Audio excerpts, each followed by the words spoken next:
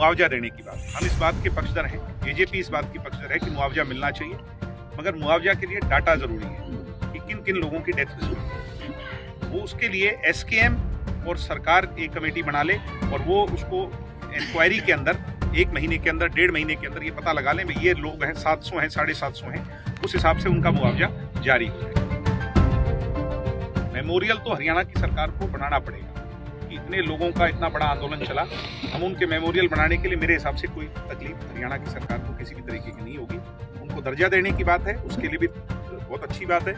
और जो मुकदमे हरियाणा में है, एक मुकदमा जो किसान आंदोलन के दौरान दर्ज हुआ, हरियाणा सरकार वापस ले लेगी, उसमें भी हम सहमत हैं। जननायक जनता पार्टी के प्रदेश महासचिव दिग्विजय चौटाला ने ऐलनाबाद में एक बार फिर किसान आंदोलन को लेकर अपनी प्रतिक्रिया दी है, लेकिन अब की बार उनके किसानों को लेकर पहले की वजह सुर बदलते नजर आ रहे हैं और वो कृषि कानून वापसी को लेकर किसानों के हकों की बात उठाने की बात करते नजर आ रहे हैं।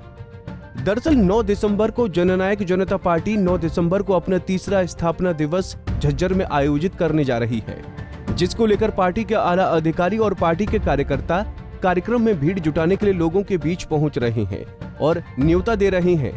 ऐसे में किसान आंदोलन देश के लिए एक अहम मुद्दा और बड़ा मुद्दा बना हुआ है, जिसको लेकर दिग्विजय सिंह चौटाला ने अब किसान आंदोलन को लेकर पत्रकारों से सवाल जवाब किए तो उनके सुर किसान आंदोलन को लेकर बदल गए।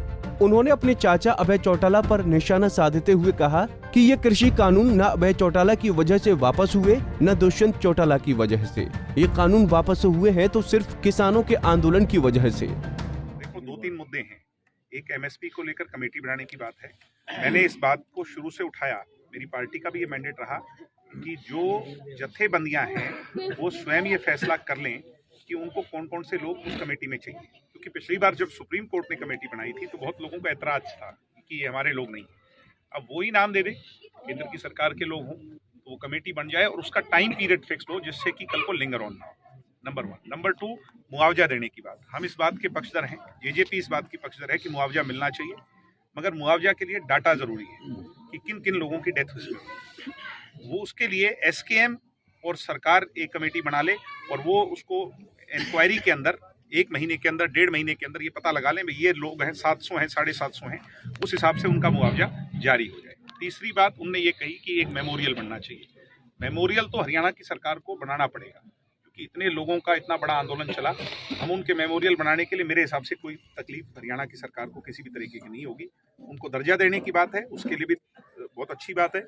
और जो मुकदमे हरियाणा में है, एक मुकदमा जो किसान आंदोलन के दौरान दर्ज हुआ, वो हरियाणा सरकार वापस ले लेगी, उस पर भी हम सहमत हैं।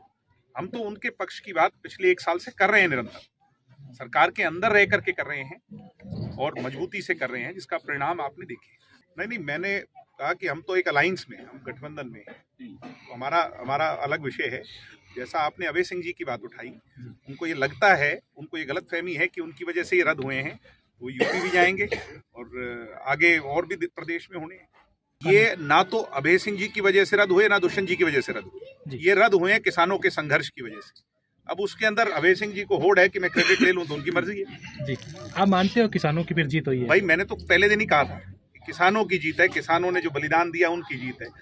ये तो हमारे जैसे लोग तो कोशिश करेंगे ही उसको हथियाने के लिए। दिग्विजय चौटाला ने कहा कि अभय चौटाला को वहम है कि ये कृषि कानून उनकी वजह से वापस हुए, लेकिन सच ये है कि ये कानून किसानों की कुर्बानी और उनके आंदोलन की वजह से वापस हुए हैं। साथ ही उन्होंने दुष्यंत चौटाला के एक बयान पर भी सफाई दी और कानूनों को लेकर कहा कि इन कानूनों में कुछ कानून अच्छे भी थे जिन्हें किसानों को मान लेना चाहिए था।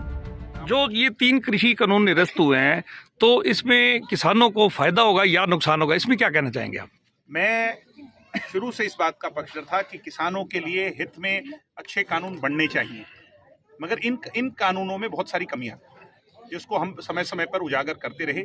उन कमियों को दूर कर करके मैंने कहा था भी एक थाली है, उसमें अच्छी सब्जियां भी हैं और ऐसी भी हैं जिससे पेट खराब होगा, वो निकाल देनी चाहिए, अच्छी को रख लेना चाहिए। मगर इस बार ये स्वीकार नहीं था, सब रद्द हो गया। लेकिन कल दुष्यंत जी ने रोहतक के अंदर प्रेस कॉन्फ्रेंस की थी, उन्होंने कहा था कि ये कानून थे वो अच्छे कानून थे, उनने ये कहा, समझ नहीं पाए इनको। उनने ये कहा कि इनके अंदर बहुत सी अच्छी चीजें थी, कम से कम उनको तो ले लेते, हम वो भी नहीं ले पाए। ठीक है, ये समय रहते जो कुछ भी था हुआ, ये एक साल का बुरा दौर था, ये चला गया।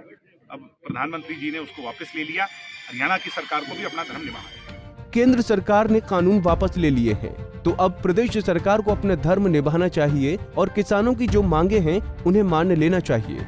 और जननायक जनता पार्टी किसानों के साथ है। दिग्विजय चौटाला के इस बयान का अब सरकार पर कितना असर पड़ेगा, ये तो आने वाला वक्त ही तय करेगा।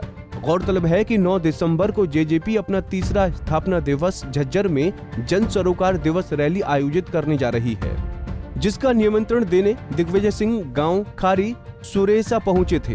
इस दौरान दिग्विजय चौटाला ने दावा किया कि उनकी पार्टी किसानों के साथ और झज्जर की सरोकार दिवस रैली में लाखों लोग हिस्सा लेंगे और कार्यक्रम को कामयाब बनाएंगे।